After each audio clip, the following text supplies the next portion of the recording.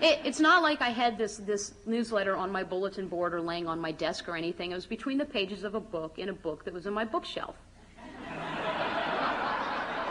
But, yeah, Mom found it while she was cleaning, and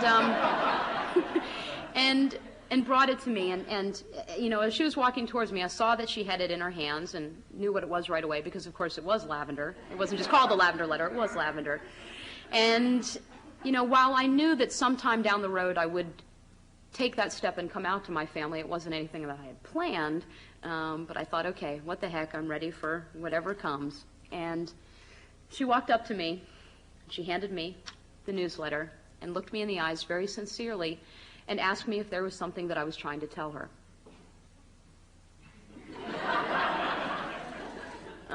Let's see. You don't need to clean my room ever again? How's that for a start? I didn't say that, though. I thought, okay, here's a good chance to sit down with Mom and talk to her about who I was. And in the kind of naive world, in the naive world that I'd grown up in, it was my first real brush with a lot of the misconceptions that follow gay people around the country, around the world, I should say. My mom's first question was, you know, what was it that happened to you that turned you into a lesbian? And I thought about that one, and I tried to explain to her that, you know, I was not recruited by the rugby team. You know, it wasn't that they brainwashed me or anything, and I really didn't have an answer for that one, except that, you know, I had been born. Her second question was just as perplexing, but almost a little painful to me, because she wanted to know where it was that she and my dad had gone wrong raising me. And it threw me, because I was at a point, I was 21, I knew that I was a lesbian, I was okay with it. I knew that a lot of people who were gay weren't okay with it, and I was fine, and she thought that they had done something wrong. Again, I didn't have an answer for her. I just tried to assure her that I was happy, that I was confident and comfortable with who I was. Well, then she just, you know, wanted to know if maybe I just hadn't met the right man yet, you know. I assured her that that was not the case, and at the time jokingly said, well, Mom, at least you don't have to worry about paying for my wedding. Well, I don't know, I might have to go back on that one sometime in the near future, but I'll cross that bridge when we all come to it. It probably took her a while to realize that it wasn't a phase that I was going through. I've spoken with a lot of parents who hope that it's a phase that their children are going through. But soon enough, the rest of my family knew that I was a lesbian. It's not that I called them all up myself or wrote them letters or anything. I didn't really have to, because, I don't know, in my family you tell Mom, and then within 48 hours everyone else in the family knows. And that was fine with me, because I didn't really feel up to calling everyone up individually. I was interested in their reactions. I have two sisters as well as Newt, and I was curious what they had to say. And in particular, my brother, because at the time that I had come out to my family, he was already a Republican member of Congress from Georgia, and I figured if anyone was going to have something to say about my being a lesbian, it would be him. And what he said at the time was, it's your life and you have the right to live it the way that you want to. And at the age of 21, being very politically naive, not following his career at all, I believed him. And at the same time, I was concerned about some of the possible repercussions of my being an out lesbian. I knew how my family felt about his career. I knew how proud they were of him. I knew that his career was ascending. And, I figured if I was the one to screw that up, that I would risk losing my parents' love, their respect. Again, that's not an uncommon thing for a gay person to think. Mine have some unusual circumstances surrounding it, but again, you worry about losing your family. And so with that in mind, I chose to remain an inactive but somewhat out lesbian. I was concerned about my family and his career. Well, I was concerned about my family and the reaction to his career. And also, I had believed him when he said what he did to me about my life. And that led to about 7 years of what I refer to as blissful ignorance. Because I lived in a very comfortable, easy world. My family accepted me. My friends accepted me. The people at work who knew I was a lesbian accepted me. I had never been fired or denied a job My friends had never been. I didn't even know anyone who had ever been, beaten or terrorized because they were gay. And so it was very easy for me to kind of trundle along happily in my ignorant state. And November of 1994 happened, and that started the chain reaction that eventually led to where I am today. These are, I guess, the accidents that are referred to in the title of my book. My brother became speaker. With his becoming speaker, there was a lot of interest in the rest of the family, and so that brought an Associated Press reporter to my family's house. And in the course of the interview, my mother, who is a proud mother, was showing showing the reporter the rest of our family in photographs. She has 8x10 pictures on top of our piano, and my oldest sister Susan and my middle sister Roberta and her husband and her 2 children. And Mom got to the picture of me and said, "This is our youngest daughter, Candace. It's her high school graduation picture, though. It's not the most recent picture I have of her, but that's because I like this one so much better than the one of her in college." Well, I'll presume that you all still have some imaginations left in you. So, my high school picture, which is more than a decade ago, I have long hair, I have a permanent, I have nail polish on. It's one of those Olin Mills soft touch photographs, so it's kind of fuzzy, warm and fuzzy looking. And as she had explained to the reporter, that's the one that she displays because she just, rather people see that one than current photographs of me. I don't know why I continue to bring this up because I'm sick of it myself, but, the whole Connie Chung thing and Mom kind of having a reputation for saying she's not going to reveal something and then revealing it later on anyhow. Well, she brought a current picture of me out to show the reporter, and I had, practically gone from curls to a crew cut. And the reporter put 2 and 2 together and called me up and asked if I'd meet with her that afternoon. And I did, and we talked for about a half an hour, what kind of a big brother is Newt, what are your politics, what kind of Christmas presents does he, bring you, that kind of stuff. And we were about done. She actually had to drive back to D.C. and file the story, and I had rugby practice to go to. And she thanked me for meeting with her, but said, Candace, there is one more question I do need to ask you, and I think you know what it is. I'll be honest with you, I was not paying attention to Newt's career, but I knew the direction it was headed in. And I figured, somewhere someone down the line was going to ask the question. So I was kind of prepared. And I was very fortunate because Melissa Etheridge had just come out with her album at the time. So when the reporter said, "Are you gay?" I said, "Yes, I am." And that's my third coming out story. I think of it as my bonus coming out story. But I still didn't instantly become an aware person, an involved person. I still was ignorant and clueless about our issues. And it wasn't until Thanksgiving dinner a couple weeks later that I was kind of jolted out of that apathy. Newt was not able to make dinner that day, which was probably in the end a good thing, because over the course of dinner, my sister Roberta innocently asked me if I had seen Newt's comments about homosexuality that had been in the paper that week. And I hadn't seen them. And I was instantly curious because to my knowledge, it was the first time that he had ever talked about gay issues or mentioned gay people. And so I was interested. And I quickly lost interest when she conveyed to me which quotes they were. And some of you may be familiar with them already. They've become rather infamous. One of the quotes being that homosexuals should be tolerated, that we shouldn't be celebrated and we shouldn't be condemned, but we should be tolerated the way that our society tolerates alcoholics. And his other infamous quote, that it was madness to pretend that families are anything other than heterosexual couples. Well, looking back, I was really happy that I didn't have any food in my mouth at the time, because I'm sure I would have either spit it out or choked. But I was floored. I was dumbfounded. Not that I had ever engaged in any discussions with him about who I was, but at the same time had never gotten any vibes or any feelings otherwise from him. In the past 7 years, I had brought my first partner to dinners that we had, family dinners, family events, and he never treated us any differently than he treated other family members, other in-laws.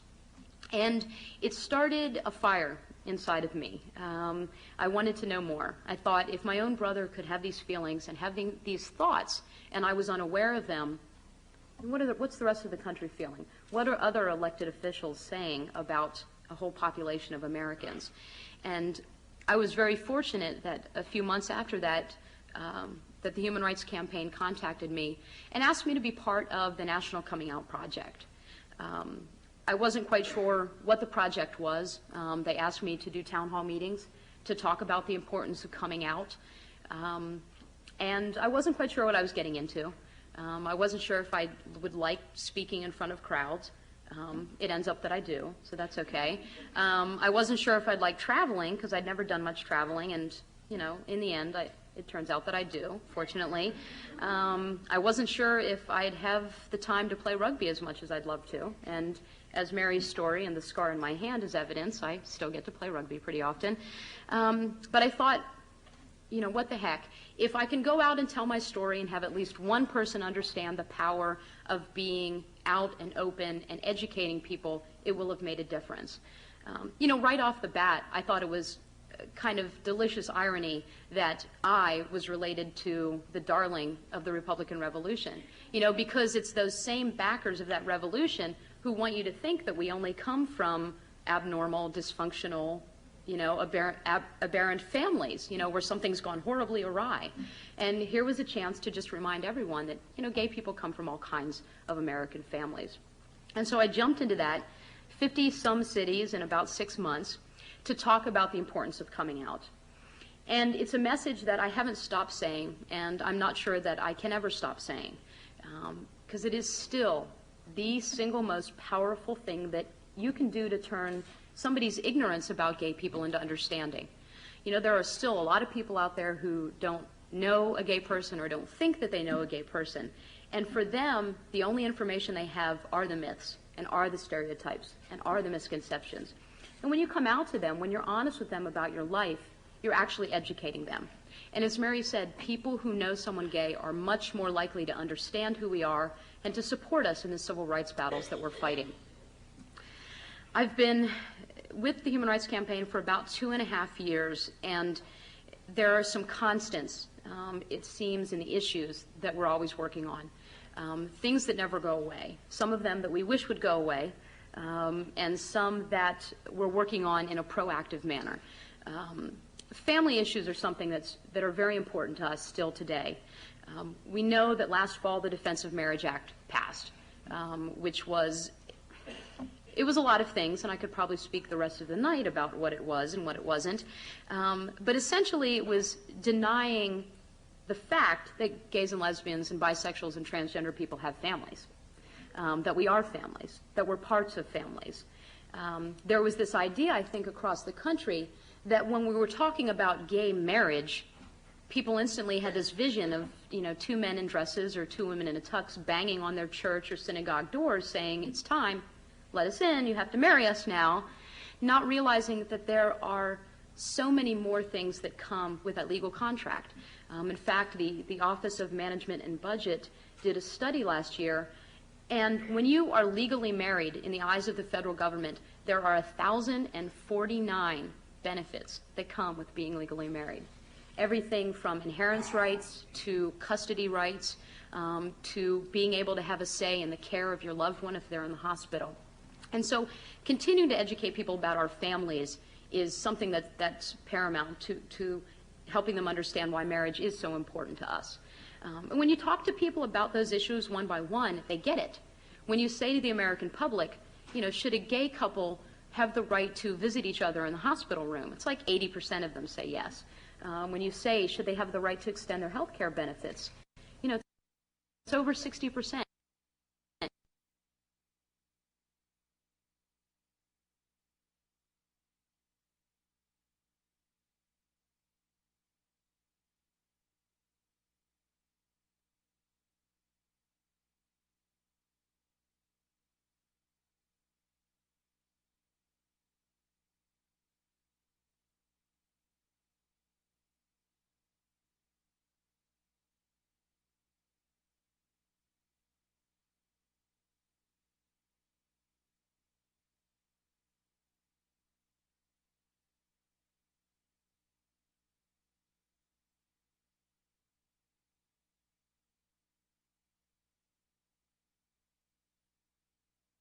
federal government will collect statistics when you are attacked because you're gay. And if you happen to be on federal property when somebody attacks you, it's considered a hate crime. But if you're anywhere else in the country and you're terrorized because you're a gay or lesbian or bisexual person, it's not considered a hate crime. So that, you know, if you happen to have been in the bar in Atlanta when it was bombed, it's not considered a hate crime. And so educating members of Congress to the importance of that. Oh, go right ahead.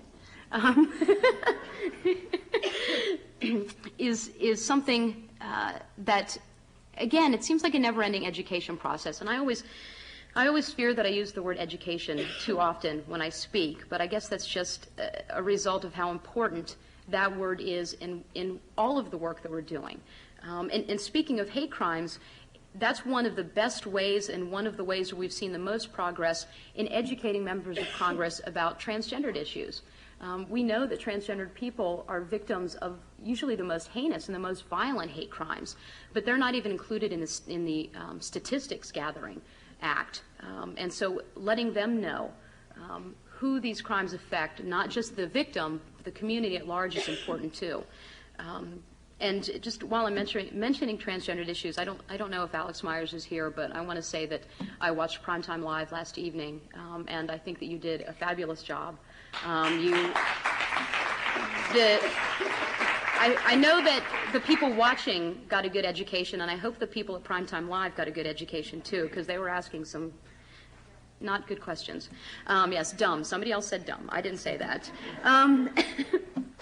And the last thing, although it's last on my list, is something that's eminent, I should say, because there is a hearing coming up, but is the federal employment bill, the Employment Non-Discrimination Act. I'm standing here in Massachusetts, in New England, one of the most fair-minded parts of our country.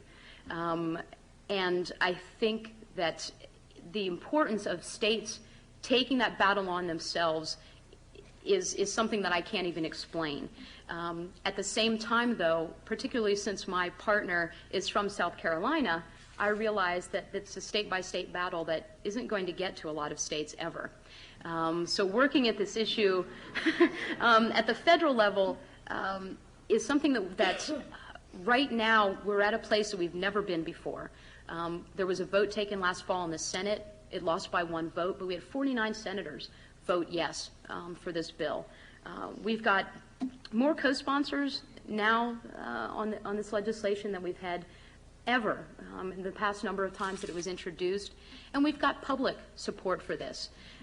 You see Newsweek does surveys, USA Today does surveys, and no matter what part of the country you're in, the general public supports workplace fairness. And the Senate is holding hearings on the 23rd where they will discuss the bill, and it's a good time to continue the education process. I say it again. Maybe I should start donating to a charity every time I use that word. That would be good. Okay. Oh, I'm going to get some calls, aren't I? All right. That's all right. That's fine. But the thing with ENDA is that it has become a mainstream issue. People realize, once they realize, I should say, that we have no protection in the workplace, that it's the right thing to do. And that's half the battle. There's still too many people in our country who don't realize that you can be fired for being gay. There's still 39 states where you can be fired if you're gay or just perceived to be gay, and you don't have any legal recourse. And so anyone who chooses to use the term special rights is wrong. We're not asking about anything special. We're asking to have the comfort of knowing that when we walk onto the workplace, that somebody's going to judge us based on the work that we do and not who we are or who we might happen to go home to at night. And at the end, still on my education theme, I want to ask for your help in 3 specific areas. And they tend to be ones where there's still the most misconceptions and the most misunderstanding about our issues. The first one has to do with family.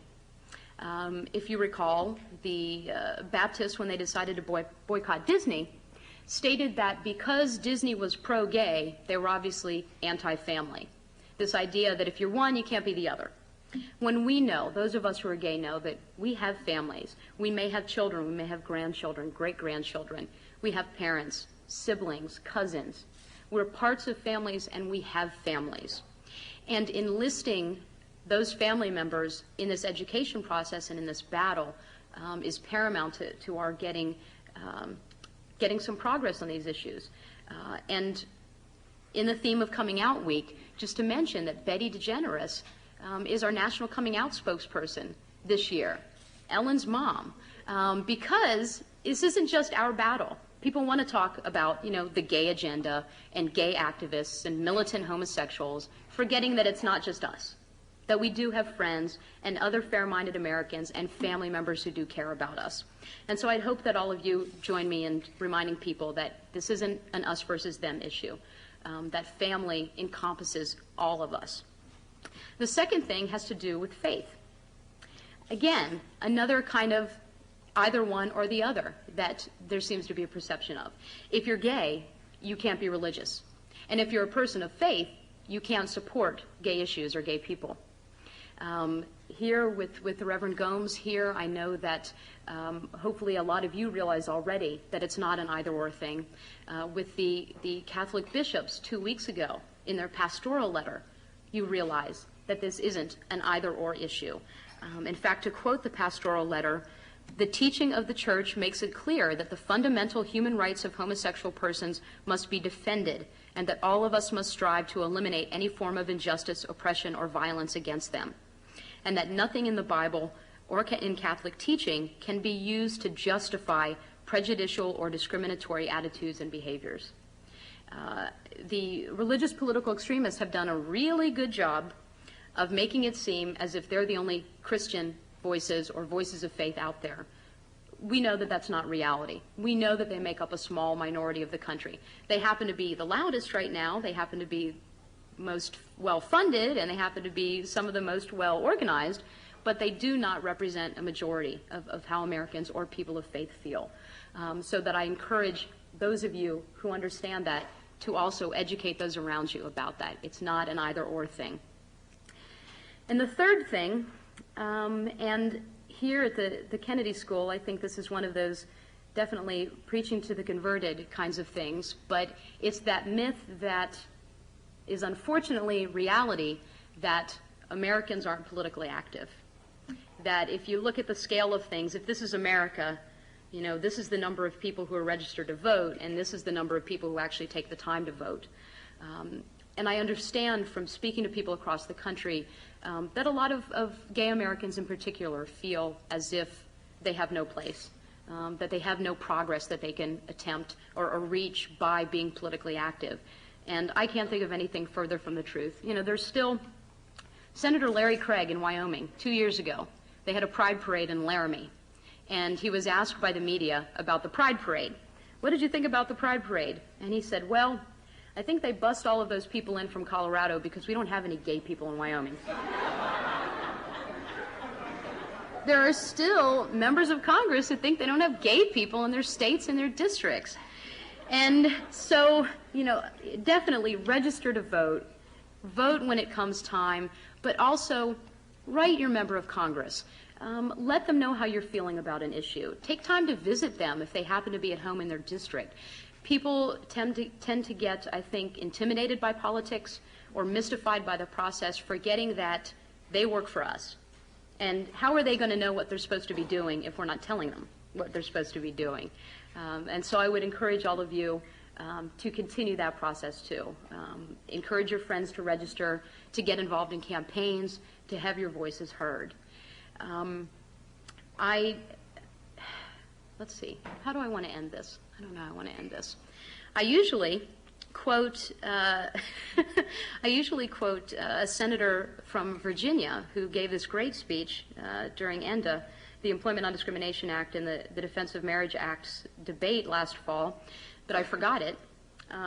So I can't, and I don't have it memorized, so I'm not going to do that. But essentially,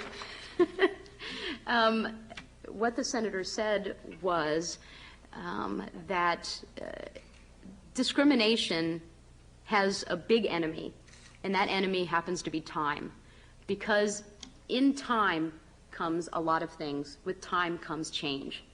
And as time passes, I know every day that goes by, somebody comes out, or somebody who's a parent of a gay person comes out, somebody will hear a gay joke or hear the word special rights or hear something on the radio that offends them, and they'll call up or they'll write or they'll reply. I know that people are having their voices heard. And those things, all of those encompass the change and the time that's the enemy of discrimination. And I look forward to the next X number of years. I'm not going to say infinite. It's not infinite. The next X number of years working to end that discrimination, because with all of your help, we can move the hands on the clock a lot faster. So I want to thank Scott Boulay for asking me to come and be part of this, and for the organizations that have hosted me. Thank Mary Breslauer for the introduction, and I want to thank all of you for coming. Thank you.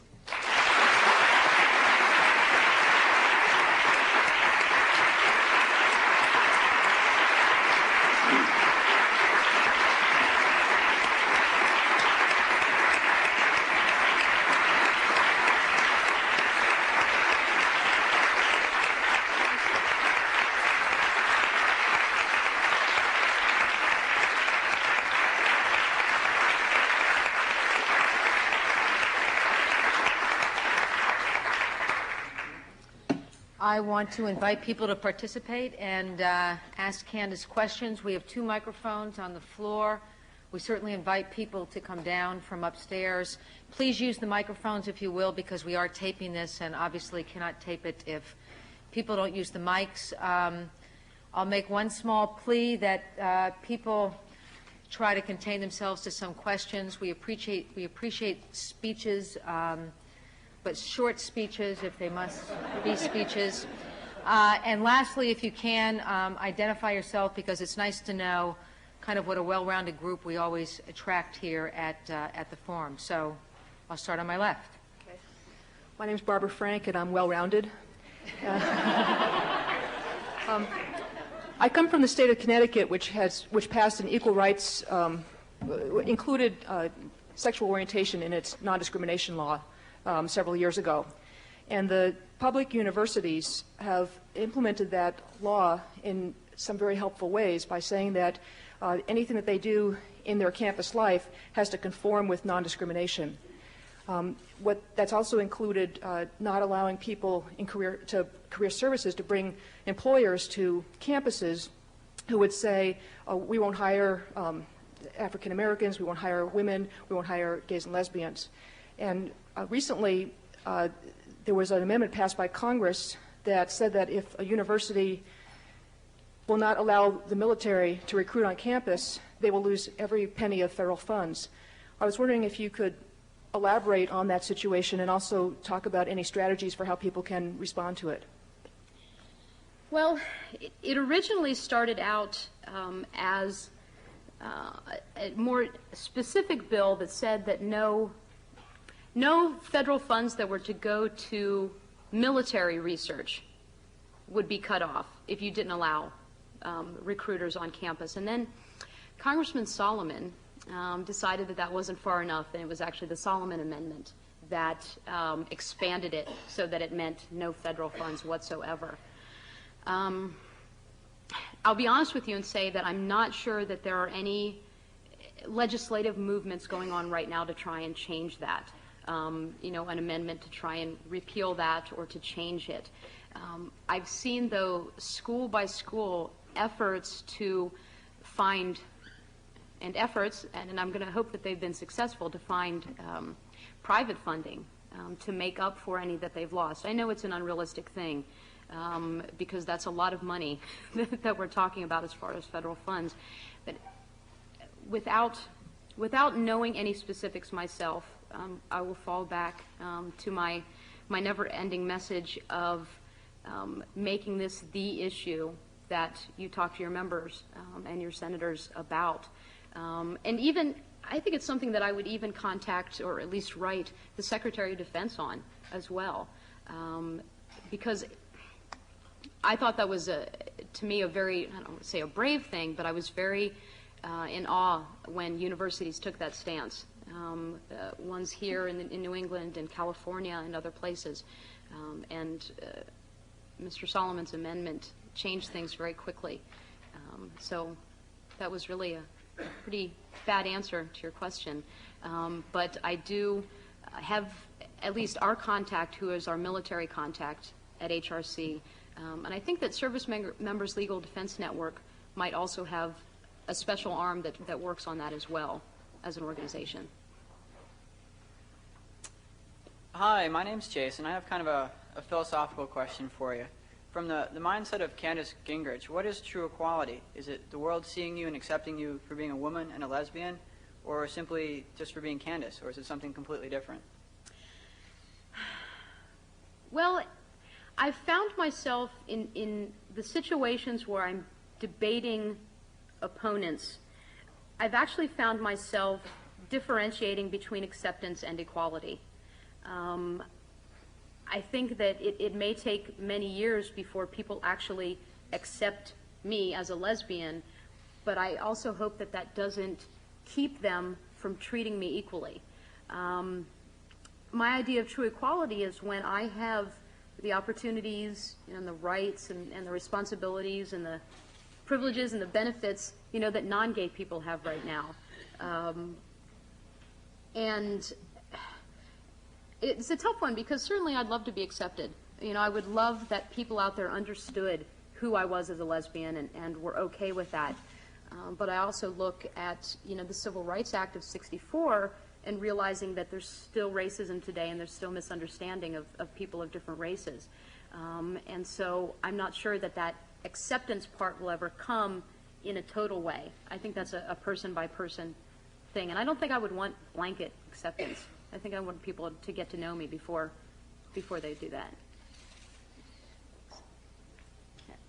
My name is Shana England, and I'm wondering what the strategy is for changing the military policy. And the military as an organization has historically been fairly good at integrating before the rest of society is. And they've been forced to. Well, they've been forced to because there is, I would argue that because there is a way to force them, whereas there are fewer ways to force the rest of society to do so. So I'm wondering what the strategy is there.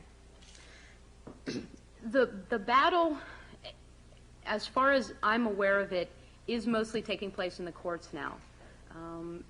The challenges to Don't Ask, Don't Tell, the cases that, you know, one of them we hope will make it to the Supreme Court, because, you know, challenging the ban and even Don't Ask, Don't Tell right now in this Congress, I think would be a really silly thing to do.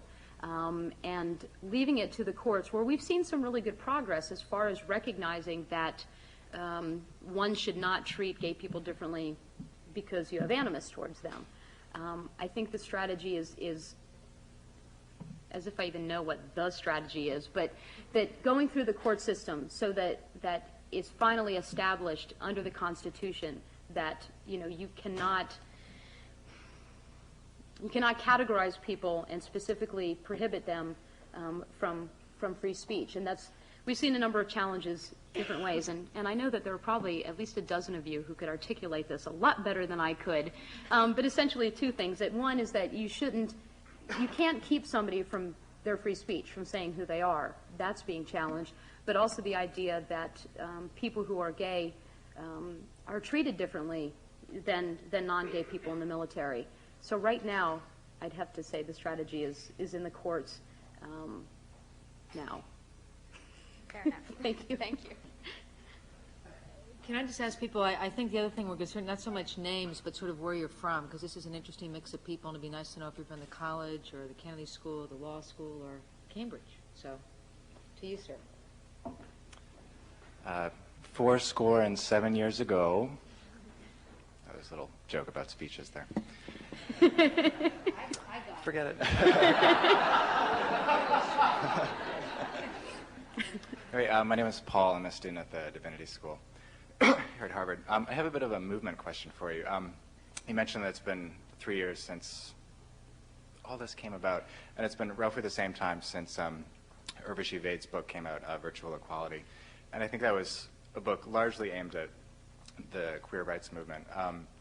And a couple of her main suggestions, I would say, are turning away from looking for large donors and more towards grassroots activism, and then also establishing some more solidarity with other movements, that is not focusing on issues that are particularly gay, like racism, for example. Do you, I mean, in the time you've been active in these last 3 years, have you seen any kind of movement towards that, or do you feel like that's even a priority among No, it's definitely a priority, because unless we form coalitions and get other people to join us in the battle, it doesn't have the same resonance with the people that we're trying to move. And I think in the 3 years that I've been active and awake and paying attention, the few things that I've seen that have stood out have been, especially recently, aligning more with people of faith. And, coming up with coalitions, the Interfaith Alliance, with welcoming and opening congregations, helping people realize that it's not as I said, an us or a them kind of issue. And in looking back at the history of things, that's taken way too long as is, because there are a lot of religious organizations in our country who, since the early 70s, have believed and supported the civil rights of gay people, but have just never articulated it or acted upon it. The civil rights community is a great ally that I know that we're working with now. There's a group called the Leadership Conference on Civil Rights, which is an umbrella organization of union and religious and civil rights groups that is one of our strongest allies when it comes to moving people legislatively. And as far as particularly the organization that I work with, the grassroots has been kind of the last aspect of things to kind of join the work that we do. And it's been missing because, we can work to get fair-minded people elected. And once they're elected, we have very good lobbyists who do a great job of educating those members. But if they don't hear stuff from the people back home, it doesn't have the same impact. And so that grassroots it's vital to what we're doing. It's where we're being beaten by the Christian Coalition and a lot of the other organizations, because they have this great network. They just have to pick up a phone and they immediately contact thousands and thousands of people. We need to have that as well too, for the same reasons: quick reactions, being able to have that constituent-based support to what we're doing. So I'll be honest and say that I have not read her book, but those points are well taken. We still need the funding. We still need, I think, to get fair-minded candidates elected and be able to support them, but we've also got to have people back home talking to them as well. Hi, my name's Bridget Neal. I teach here in the math department.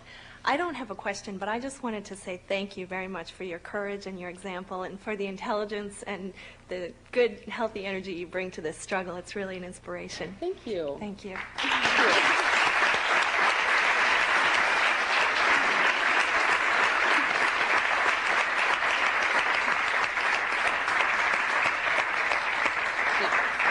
My first instinct was to do the talking Barbie impersonation.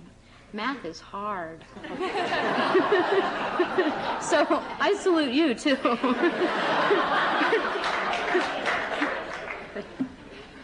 Hi, my name is Adrian Torci. I'm also at the math department, although at Brandeis University. You mentioned religion, and I think it's a very smart move to approach religious people just because there are so many religious people in this country. What I don't quite understand is, so you seem to be viewing this pastoral letter by the Catholic bishops as a very positive sign. It is my understanding, though, that the official position of the Catholic Church as a whole is that there's nothing wrong per se with gay people, and that they're nice people and should be treated nicely like everybody else should, as long as gay people are not acting as homosexuals, and I want to stress the second part, as sexual people. And while I have not read that statement from the Catholic bishops, it seems to me that they're not addressing that issue, that acting as a sexual person is still something sinful. So I'm just wondering why we seem to be embracing their statement. Well, because I think even with that in regard, for them to make this statement is an important step forward for them. The way that they stated it in the letter, too many parents feel they have to choose between their faith and their children. There are still too many families that, because of their faith, kick their children out of the home, reject them, shun them. And so I think first, getting those families to welcome and still love and still embrace their children is a very important part of that. And that second part, while it's a very, it does detract greatly from the pastoral letter, it's another battle, I think. Because, I mean, I know that it's pretty much an important part of my life, and I wouldn't expect anyone else to ignore it. But I think that it's important to get that message out, only because there are still so many folks who want you to think that there is something wrong with you if you're gay, and that if you are gay, it's okay to treat you badly. You know, that someone's being gay should keep them from having their basic civil rights. So I don't, you know, I'm not about to, you know, cast this pastoral letter in gold and dance around it, but I think it was still a really important statement and very powerful to come from the Catholic bishops. So it's pretty much like everything in the movement. It's like you get some good stuff, but there's always something bad that comes with it too. And I guess the bad part of that statement is still that reminder that they're not quite there yet, but at least they get the idea that we shouldn't be denied our rights just because of who we are. My name is Mona Miller. I'm a student and co-chair of the Women's Caucus here at Kennedy School. And I wanted to address the question of the increasing amount of public attention or media attention, I think positive, in terms of recognition and roles that we're seeing not only in fictitious entertainment programs, but also in the larger sphere of paying attention to whether it's lesbian health issues, et cetera. I think one of the things that entertainment venues can provide, however, is role models for young gay men and lesbians who are searching the way you were. And I was wondering if you would address the question of strategies for increasing presence in the larger cultural sphere and what we can do to help increase that. Well, it's vital. It's so important. In talking with people, particularly about their growing up, you know, gay, so many of them say, you know, A, that it would have been easier if they had just had someone to talk to, and B, that there just weren't any role models. And I think today, knowing that there are not just role models, but positive role models out there, whether it's in the entertainment world or the sports world or the political world, that they have someone to look towards. And we can support that in different ways. I think as individuals, if someone does come out, maybe, you know, writing them letters of encouragement and thanking them and letting them know how important it was. On the kind of activist side of it, writing to the sponsors and the people who advertise on the shows, or that advertise in the radio programs or in the newspapers or magazines that support or show gay people in positive, accurate lights. Because far too often, as in any kind of issue that's controversial, it's usually the opposing voices that get heard and never the supporting voices. And I think that's important. And even to encourage non-gay people who are in the spotlight who have been supportive of gay issues and gay people as well, too. Just, you know, again, having your voice heard, whether it's on paper, or whether it's you know, getting the chance to talk with someone and thank them for what they've done. Hi, my name's Christian, and I'm on staff at the Harvard School of Public Health. And in your speech, you talk about the importance of coming out and the acceptance that people come to realize once they know gay people. And I know from my own family, I have one sister who's not completely comfortable around me, but she tries real hard. And I'm wondering if you think that Newt tries hard around you, or if your coming out has helped him accept gay people at all. Well, if my coming out has changed him in any way, it hasn't been for the better. It's an interesting fix for me to be in. It's a catch-22 situation because I have not gotten that chance to sit down with him and talk about his true feelings. It's one of those kinds of coulda, woulda, shoulda things that, when I came out to the family 10 years ago, if I had sat down with each of my siblings and talked to them, maybe things would be different. But I didn't do that. And although still when we're in family situations, he treats me no differently from anyone else. At my father's wake, he referred to my partner and our brother-in-law as part of his extended family. But I don't know if the things he says politically are really the things that he feels or whether they're just the expedient thing to do. I'm not sure if I like either of those answers. So maybe I don't really want to know. Well, no, I do want to know.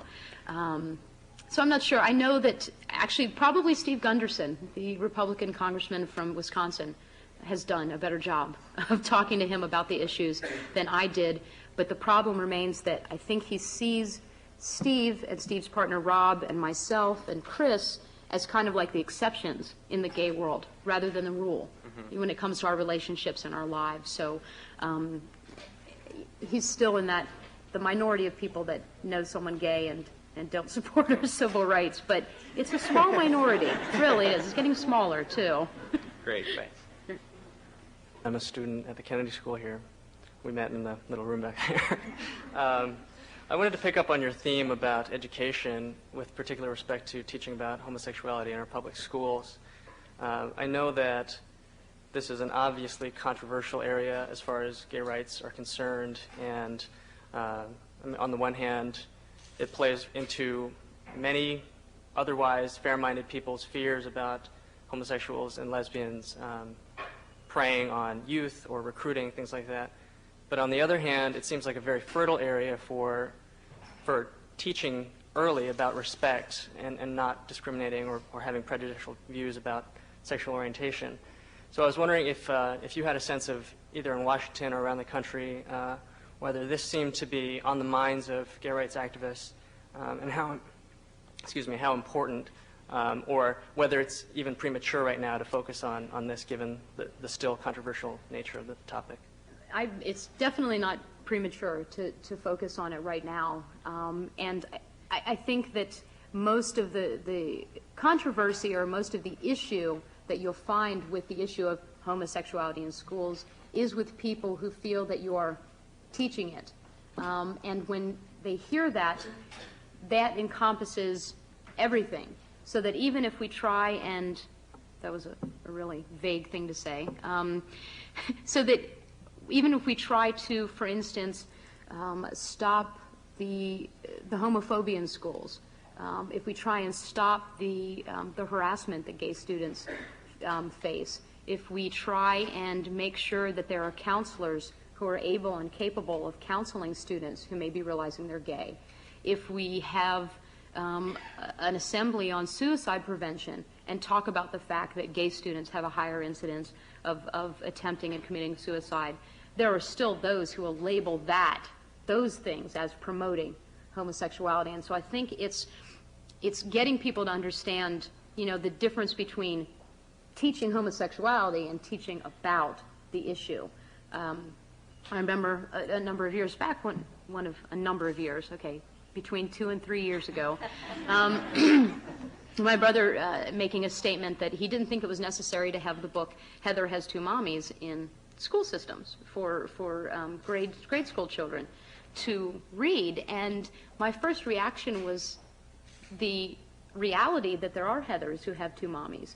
And, little Jimmy who sits next to Heather, how's he going to understand that Heather's family isn't wrong or bad or abnormal, it's just different from his, unless he has some way of finding that out. So not necessarily teaching one or the other, but, as you said, teaching that there is diversity and one isn't necessarily better than the other, but that we do need to teach respect. And that's something that can start, I think, very early. And that's where most people begin the ideas about teaching respect and teaching about the reality of gay people.